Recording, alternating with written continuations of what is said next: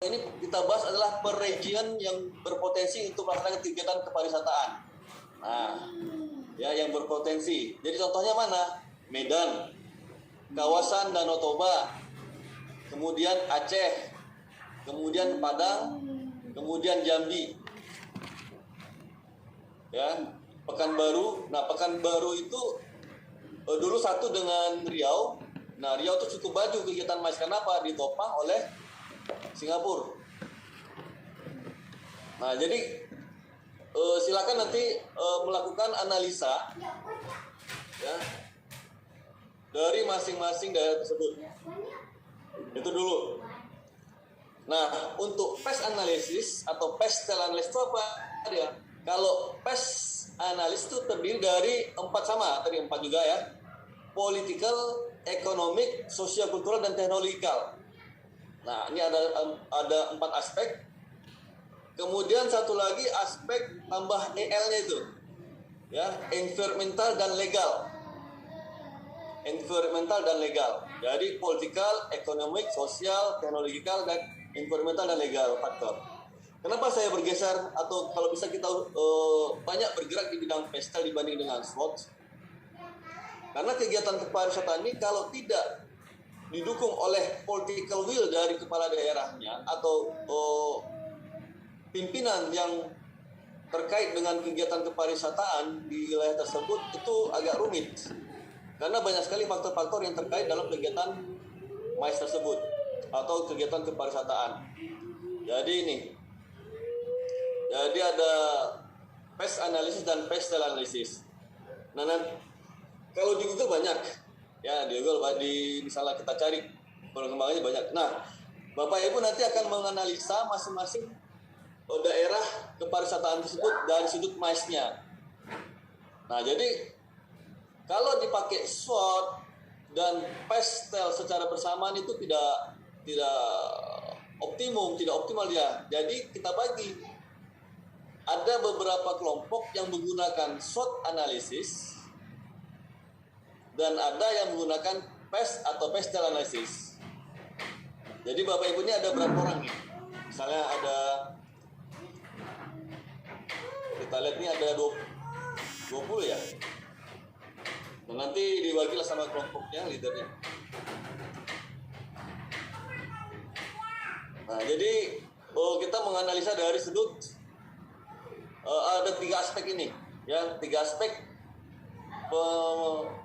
penganalisaan. Jangan kemana-mana, kemudian Kak. Baru berbicara tentang story of MICE. Pasti sudah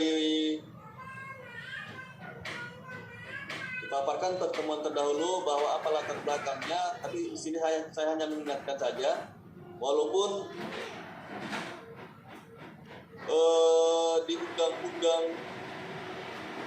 nomor 9 tahun 2010 ya, atau nomor 10 tahun 2009 tentang usaha kepariwisataan, itu MICE itu termasuk usaha tersendiri. Tapi paling tidak yang melatar belakanginya dari keputusan dibentuknya suatu kegiatan MICE itu adalah dari keputusan Menteri Pariwisata tahun 91 ya, KM 108 HM 703 MMT 91. Inilah cikal bakal kegiatan MICE mulai berkembang di Indonesia. Kalau dulu tuh tahun 91 bertepatan dengan Visit Indonesian Year, sangat luar biasa sekali kegiatan kepariwisataan pada saat itu. Ya, kemudian didukung juga oleh keputusan Dirjen Pariwisata nomor Cap 06U/492. Inilah cikal bakal ketentuan dari kegiatan MICE. Ini mengingatkan. Nah, berbicara MICE, ini sejarahnya adalah kalau di Indonesia, ini bicara Indonesia sejak Indonesia merdeka. Ya, sejak adanya negara Kesatuan Republik Indonesia dan NKRI, maka MICE itu mulai berkembang sejak terselenggaranya Konferensi Asia Afrika di Bandung pada tahun 1955. Ini sejarah. Ya, Bapak Ibu. Ya, dipelopori oleh Indonesia, Menteri Luar Negerinya pada zaman itu Sunario, ya, Sunario. Menteri Luar Negerinya, kemudian Burma, ya dulu Burma, Ceylon atau Sri Lanka, India, Pakistan. Ini dulu. Singapura belum ada zaman ini. Ya, Singapura belum ada. Karena Singapura itu baru ada sejak tahun, kalau saya tidak salah, tahun 67. Ya. Nah, konferensi itu berlangsung di Gedung Merdeka, Bandung. Ya, diresmikan oleh Soekarno. Nah, ini cikal bakal kegiatan MICE itu terlaksana di Indonesia. Recording stopped. Nah, hadir pada masa itu 29 negara. Recording in progress. Ya, 29 negara yang akhirnya adalah akhir dari pertemuan itu ada solusinya atau ada kesimpulannya. Apa kesimpulannya? Karena yang mengikuti kegiatan itu adalah orang-orang yang baru merdeka, bukan negara yang baru merdeka umumnya. Jadi kesimpulannya adalah tidak mengikuti suatu perkumpulan yang disebut dengan blok barat dan blok timur zaman itu. Jadi pertemuan ini dasarnya dari carut marutnya pada zaman itu peperangan di dunia. Ya, dari perang dunia pertama 1914 sampai 1918 ya terjadi blok ya, blok barat dan blok timur. Kemudian tahun selanjutnya tahun 30 berlanjut tahun 39 mulai sampai tahun 45 Perang Dunia Kedua. Walaupun ada yang mengatakan tahun 41 sampai 45 itu perangnya. Ada. Hasil dari situ banyaklah negara-negara yang baru merdeka. Jadi poin yang paling utama adalah bahwa negara-negara yang mengikuti kegiatan tersebut tidak mengikuti blok manapun, ya.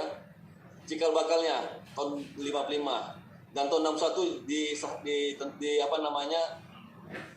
disahkan bahwa mereka tidak mengikuti gerakan non-blok.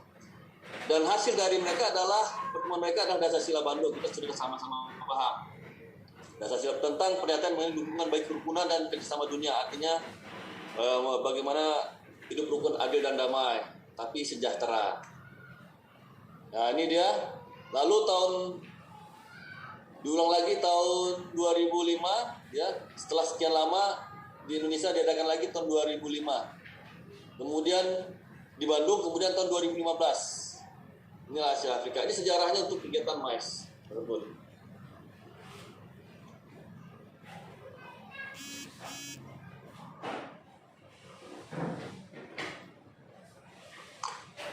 Nah, itu sejarahnya, sejarah dari pembelajaran MICE. Selanjutnya, Bapak Ibu,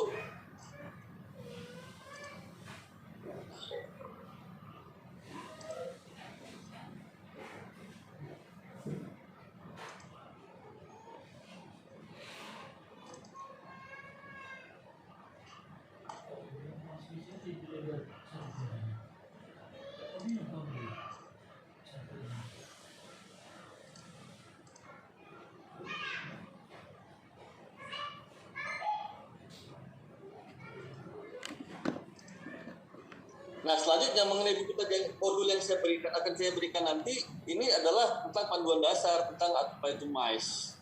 Saya kompilasikan. Ya, terdiri ada sekitar 121 halaman.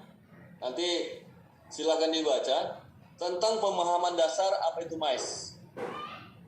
Ya, termasuk sejarahnya di sini. Oleh karena itu ini tidak kita bahas secara detail. Sekali lagi ini tidak kita bahas secara detail. Kita lanjut kepada penganalisaannya. Pembelajaran kita lah penganalisaan dari kegiatan MICE dari aspek legalitas dan aspek operasional. Ya. Jadi ini tidak kita bahas. Oleh karena itu bagi Bapak Ibu yang berasal dari yang bukan asal dari pariwisata, ya, diploma pariwisata, diharapkan ini dapat dibaca karena kegiatan MICE itu sendiri adalah kegiatan yang berhubungan dengan bagaimana suatu event terlaksana dengan baik. Ya, suatu event bisa terlaksana dengan baik. Nah, banyak aspek yang harus diperhatikan di situ. Banyak aspek. Kakak, Di poin Kakak. pertemuan ketiga. jangan Ya, jauh. pertemuan ketiga ini banyak disinilah Tutup dulu pagarnya, tutup pagarnya. Tutup pagar. dibahas, ya. Nah, tapi kita tidak bahas ini Bapak Ibu ya. Kita tidak bahas tentang Kakak. modul ini karena modul ini adalah Tutup modul pagar, dasar. aku. Oleh karena itu silakan Bapak Ibu nanti membacanya atau sebagai panduan dalam menyusun proposal suatu event. Ya, aspek apa saja yang harus disiapkan. Ini ruang lingkup MICE ya. Secara umum. Nah, ini akan saya berikan modul ini, sekali lagi modul ini akan saya berikan kepada Bapak Ibu untuk kiranya dapat dibaca ya, dipahami, dan bila hal untuk kita diskusikan akan kita diskusikan pertemuan yang akan datang. Kenapa? Karena pertemuan yang akan datang itu kita masuk kepada langsung bagaimana membuat suatu proposal MICE. Jadi tahapannya udahlah bagaimana proposal itu bisa terbentuk. Kemudian aspek lainnya adalah Bapak Ibu melakukan analisa. Sekali lagi sudah melakukan, kita membahas hasil analisa Bapak Ibu. Pertama tentang kegiatan MICE yang ada di Sumatera. Ya, kita di Sumatera atau di Sumatera Utara ataupun di Indonesia dari segi analisis SWOT, PES dan PESTEL.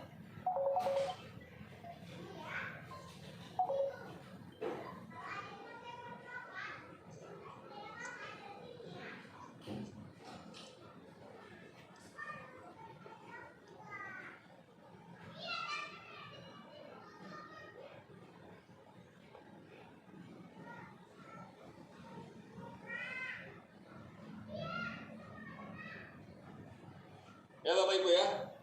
Jadi ini kita tidak bahas secara tuntas ini, tapi Bapak Ibu nanti bisa dan bukan bisa, harus memahami dan harus bisa membuat proposal, sekali lagi proposal untuk sebuah event ya, sebuah event. Karena pertemuan kita sangat singkat. Nah, ini sekali saya berikan.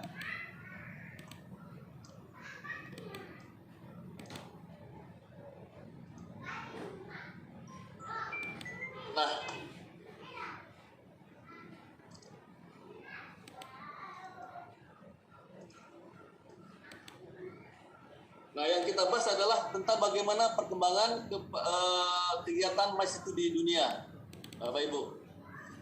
Kegiatan MICE di dunia.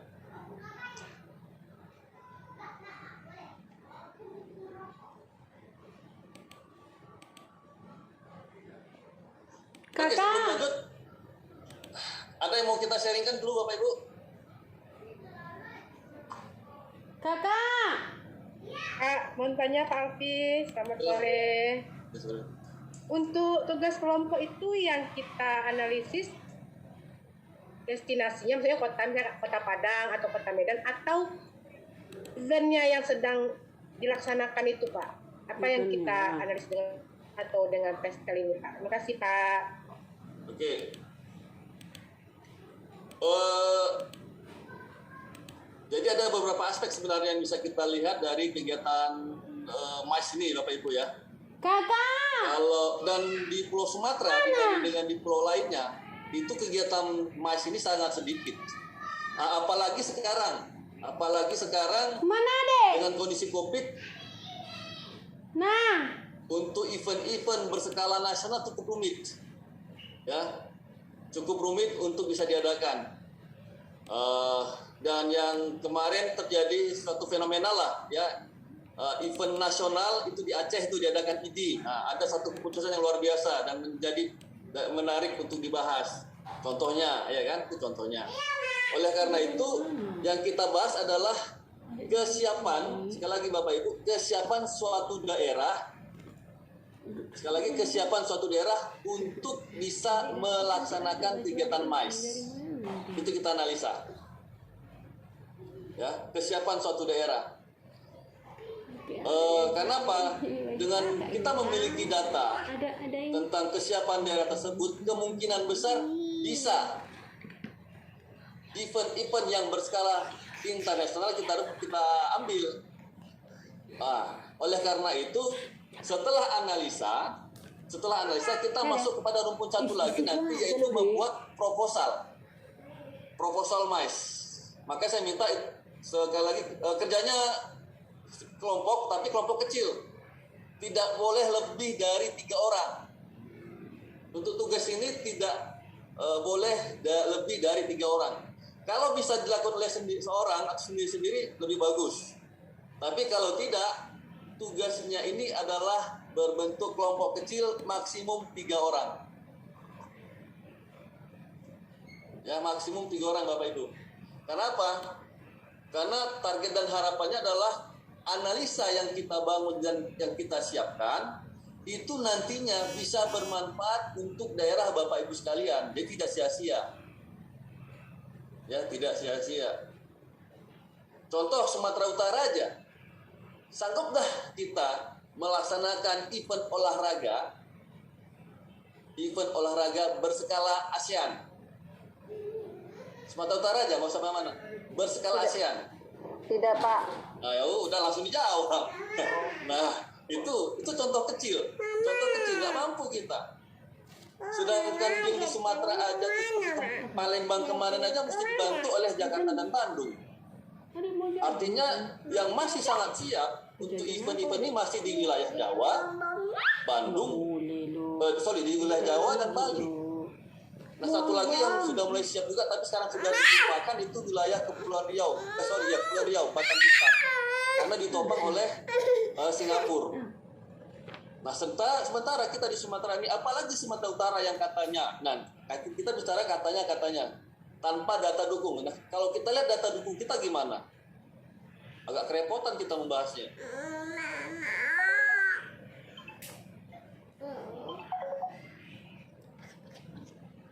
Ya.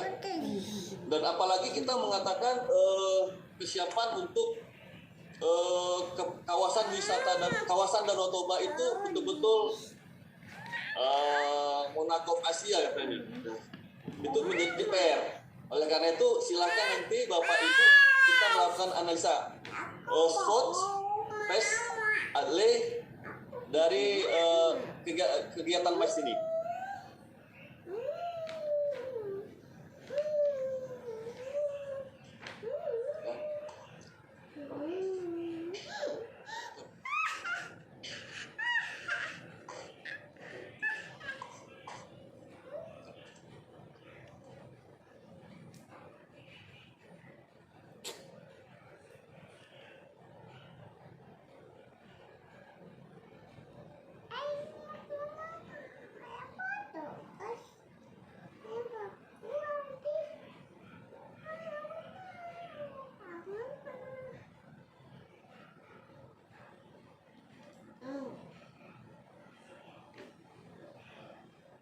Ada lagi Bu yang mau di-sharingkan lagi, tanya lagi? Kita ada 20 itu orang. saja ya? Pak. Ya, makasih. Kita ada 20 orang. Nah, ini data dari ICA, ya. International International Conference Association ini salah satu, kalau di Indonesia INTA ya. Nah, untuk mengikuti kegiatan ini sebagai member mereka cukup lumayan biayanya. Mungkin oleh karena itu dari Indonesia sangat terbatas yang ikut kegiatan ini, ya, sangat terbatas. Padahal di sini sebenarnya tempat mendapatkan informasi dan ataupun bisa terlibat langsung dalam kegiatan MICE di dunia ini, ya, MICE di dunia. Nah, ini kita lihat data-datanya saja. Nah, mereka itu hebatnya, ya, data itu bisa tersimpan dengan rapi dan tersusun. Ini sebenarnya diharapkan dan di-sharingkan, tidak ditutup-tutupin. Dan data ini aja saya ambil dari internet. Ini tahun 2018 sebenarnya meetingnya. Karena tahun 2019 itu masih ada juga terbarukan. 2020, 2021 ini karena dengan COVID itu tidak optimal, ya. Belum saya cek apakah terlaksana atau tidak. Ini data tahun 2018, artinya sampai dengan 2017 datanya masih valid. Saya nggak cek sampai dengan 2019 karena ini kemarin 2018 menurut saya tidak jauh beda perubahannya. Memang ada peningkatan dari kegiatan tersebut, ya, ada peningkatan. Bisa kita lihat di sini bahwa event itu terus meningkat mereka lakukan dan terdata dengan baik. Nanti kita lihat Indonesia di mana posisinya dan bisa kita lihat di mana sih Indonesia ini saat itu begitu. Bahwa sejak tahun 1963 sampai 2017, ya, kegiatan MICE itu sebanyak 243 kali. Nah, terdata mereka dalam waktu 55 tahun yang paling banyak dilakukan itu di Eropa. Ya, di Eropa. Ya, hampir rata-rata di Eropa, ya. Pembagiannya seperti ini dia kira-kira. Ya. Nah, tapi bisa dilihat sini ada pergeseran ini sejak 2013 sampai 2017 bahwa kegiatan MICE tersebut di Eropa tinggal 53%. Ya, bergeser. Artinya yang dulunya banyak sekali kegiatan itu di Eropa sampai tahun 67, tapi mulai tahun 2013 sampai 2017 bergeser. Itu banyak di luar Eropa atau sekitar 47% tidak di Eropa. Nah, ini negara-negara, ya, yang sangat aktif melaksanakan kegiatan tersebut, ya. Ada Spanyol, United Kingdom, Prancis, Barcelona, Berlin, London, Singapura. Nah, itu ada Singapura. Sekali lagi ini data dari ICA, ya, yang saya ambil. Nah, dan kalau kita lihat lagi bahwa member atau orang-orang yang melakukan kegiatan itu tahun 2013 sampai 2017 ada 25 juta orang. Jadi sangat mungkin sekali atau potensi ini bisa kita ambil terutama untuk Medan dan kawasan, sekali lagi Medan dan kawasan Danau Toba. Itu yang kita gaungkan. Makanya tadi kita coba lakukan analisa SWOT atau physical analysis. Ya, kesiapan, kesanggupan dari satu wilayah untuk melaksanakan kegiatan tersebut. Nah, lalu apakah Padang bisa? Nah, tentu banyak aspek, ya, banyak aspek yang bisa mempengaruhinya. Bisa aja, tapi kegiatan dan seperti apa yang bisa dilakukan? Nah, ternyata kegiatan apa yang dilakukan tersebut itu masuk pada meeting segmentasinya. Ya, ada beberapa kegiatan yang dilakukan dalam event tersebut. Nah, bisa dilihat di sini bahwa nanti ada beberapa event segmentasinya, bahwa ada dua segmentasi yang sangat besar dilakukan tersebut, yaitu teknologi, meeting, dan medical. Nah, sekali lagi, potensi kegiatan yang bisa dilakukan dan sangat besar terlaksana itu adalah dari kegiatan teknik, ya, kemudian ini teknologi, ya, kemudian medical science. Ini potensi kegiatan itu luar biasa besarnya, ya, luar biasa besarnya. Nanti kita lihat berapa persen. Nah, kemudian rata-rata lama menginap atau tinggal mereka itu dulu tahun sampai 67 5 sampai 6 hari. Nah, lalu tahun 2013 sampai 2017 3,65 hari. Artinya sekitar 4 hari paling lama. Rata-rata. Artinya kita tanya sama diri kita sendiri, kalau kita melakukan atau mengikuti event, mau kita lama-lama lagi? Mungkin sudah jarang. Ya, paling kita kalau bisa 2 hari sudah selesai. Paling lama 2 hari selesai. Oleh karena itu harus diperhatikan bagaimana durasi meeting itu terlaksana. Nah, ini dia sama yang tadi number figurnya. Nah, ini penjabarannya, ya, penjabaran dari kegiatan itu berapa kali sih dalam 1 tahun atau kurun waktu tersebut. Bisa kita lihat Dan tahun 2013 sampai 2017 ternyata luar biasa sekali kegiatan meeting itu terlaksana. 65.000 kali meeting. Ya, di komunitas ini, di IKA ini. Ya, ada 65.000 kali kegiatan meeting. Berarti kalau dibagi kepada 5 tahun, 4 tahun ya. Berarti sekitar 25.000 meeting setiap tahunnya. Sekitar 25.000 meeting setiap tahunnya yang terlaksana. Ini dia pertumbuhannya, ya, pertumbuhan. Nah, ini breakdown-nya.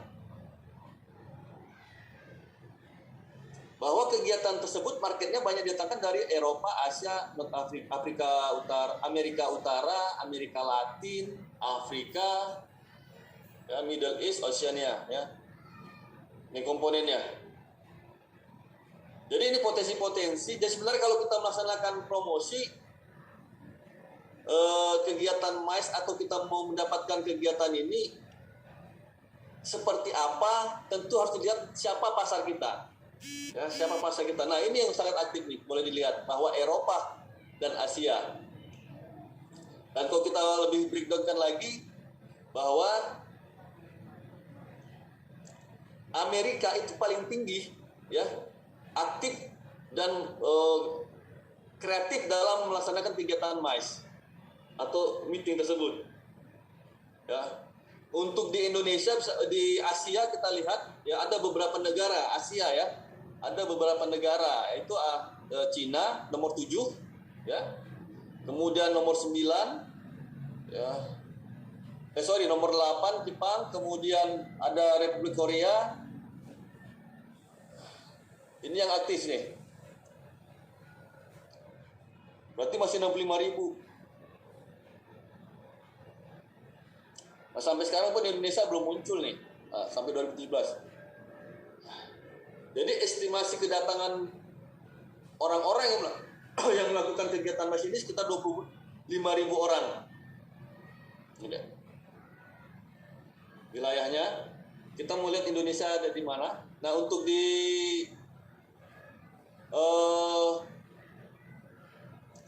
Bangkok, ya, Bangkok itu Asia, ya, Bangkok, Beijing, Seoul sudah aktif melaksanakan kegiatan tersebut. Nah, ini subjeknya yang penting, bahwa Bapak Ibu, event yang paling mungkin dan sangat sering dilaksanakan itu adalah yang nomor 1, ya, nomor satunya itu adalah medical. Jadi event yang paling banyak aktif itu adalah kegiatan kedokteran, ya, atau berhubungan dengan kesehatan, medical science. Yang kedua teknologi, ya, 14%.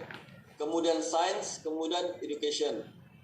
Kemudian ada industri, kemudian ada social science, kemudian economic, ya.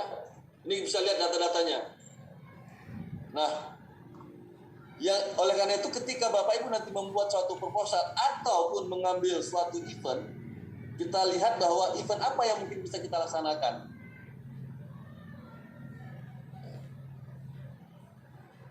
Nah, di Indonesia ini sangat aktif itu adalah dari segi kedokteran. Luar biasa tuh aktifnya mereka. Ya. Lalu teknologi pun yang kedua.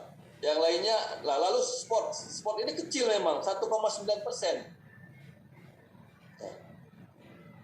Nah, bisa diamatin. Bisa dicek di kegiatan kepariwisataan di Sumatera Utara atau di daerah Bapak Ibu. Ya. Urutlah seperti data ini yang berhubungan dengan ini, dia nyambung dengan kegiatan MICE yang ada di IKA tersebut. Silakan diurut berapa banyak potensi yang bisa kita lakukan, event apa yang mungkin kita lakukan. Nah, kemudian kegiatan meeting tersebut banyak menggunakan fasilitas hotel facility. Kemudian dom atau tempat-tempat kampus, ya, universitas, kemudian exhibition center. Jadi potensi untuk melaksanakan kegiatan itu tempatnya adalah di hotel, nomor 1. Yang kedua di kampus. Yang ketiga di exhibition. Kalau di Medan ini, kalau Jakarta Expo ya kan, atau Surabaya Expo. Nah di Medan ini repot kita nih, Sumatera Utara nih. Exhibitionnya apa nih yang sering terdengar gitu?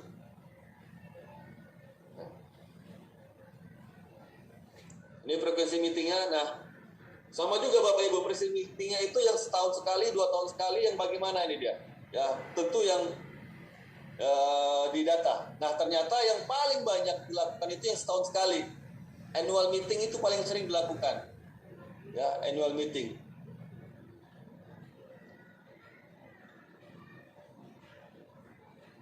Kemudian rata-rata pengeluaran setiap delegasi, nah sekali lagi rata-rata pengeluaran setiap delegasi dari kegiatan tersebut setelah dilihat bahwa tahun 2013 sampai 2017 sekitar $2.169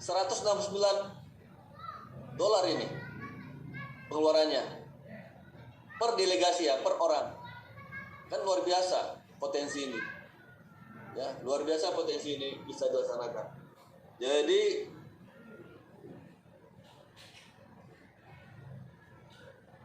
ini sangat potensi sekali. Nah itu dia kira-kira ya untuk mukadimah kita hari ini, kira-kira Bapak Ibu ya, mukadimah ya dalam pembelajaran MAS ini. Kenapa MAS ini masuk pada komponen pembelajaran kita? Sekali lagi bahwa perekonomian dari PESTEL tadi, perekonomian yang mungkin dilakukan ya, yang berdampak langsung kepada hampir semua elemen itu di kegiatan pariwisataan ya, dari segala elemen hampir terlibat ya.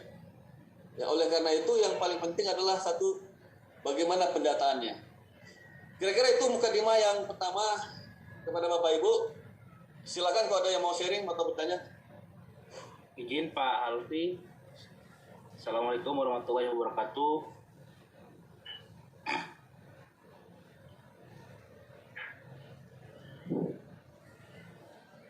Silakan Pak. Ya, mohon izin Pak, saya mau ini Pak, mau sedikit bertanya dan bermohon Pak. Yang pertama terkait ini Pak, kalau analisis SWOT itu kan kita sudah lazim, sudah masing-masing kita sudah sering dengar Pak. Nah, tapi kalau untuk analisis PES dan PESTEL itu, saya pribadi dan mungkin beberapa teman-teman ada mungkin yang belum begitu paham. Kalau saya jujur saya belum paham sama sekali. Nah, untuk itu mohon Pak kiranya mana tahu ada rekomendasi judul artikel dari Pak Alfi. Kalau boleh ada artikelnya langsung bisa dibagi ke kita terkait penggunaan metode analisis PESTEL tadi itu Pak. Itu yang pertama. Kemudian yang kedua terkait tugas tadi Pak, ini sebenarnya kita total itu ada 30 orang kalau saya tidak salah itu, secara total kita ada 30 orang. Jadi Pak untuk penugasan tadi boleh nggak kira-kira Pak satu kelompok itu ditambah satu lagi Pak, jadi maksimal satu kelompok 4 orang gitu Pak. Terima kasih Pak Alfi, mohon dipertimbangkan Pak. Ya Bapak Ibu, intinya gini, kan pertimbangannya begini, saya masih akan memaparkan lagi satu kali pertemuan, ya satu kali pertemuan lagi. Jadi di pertemuan ketiga itu waktunya apakah jadi lebih banyak untuk melihat itu semua atau untuk kelompok saya yang berhasil saja melaksanakan itu gitu. Kalau kenapa 3 orang kalau bisa sampai maksimumnya, karena agar semuanya lebih berperan aktif gitu ya, berperan aktif. Kenapa kita yang ditugaskan ini adalah tugas menganalisa atau mendata sebenarnya dari wilayah atau daerah-daerah yang Bapak Ibu akan atau yang Bapak Ibu tempatin atau Bapak minatin untuk diteliti kan gitu. Makanya kalau bisa ya maksimum 3 orang saja.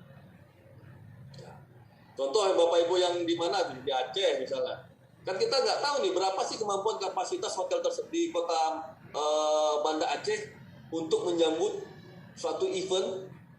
Nah, Terbukti kemarin waktu ada event ID, satu aja event ID, itu udah kelimpungan itu kita. Ya, kelimpungan. Artinya banyak keterbatasan kalau orang lain datang lagi. Hotel penuh. Nah, apalagi kalau sampai 2 atau 3 event secara bersamaan. Nah, jadi kita akan data. Kemudian dari aspek satu lagi tadi tentang teori analisis PES ya. Saya maunya analisis PESTEL dia. Karena kalau analisis PES dia kurang optimum. Kenapa? Ini saya masukkan ntar.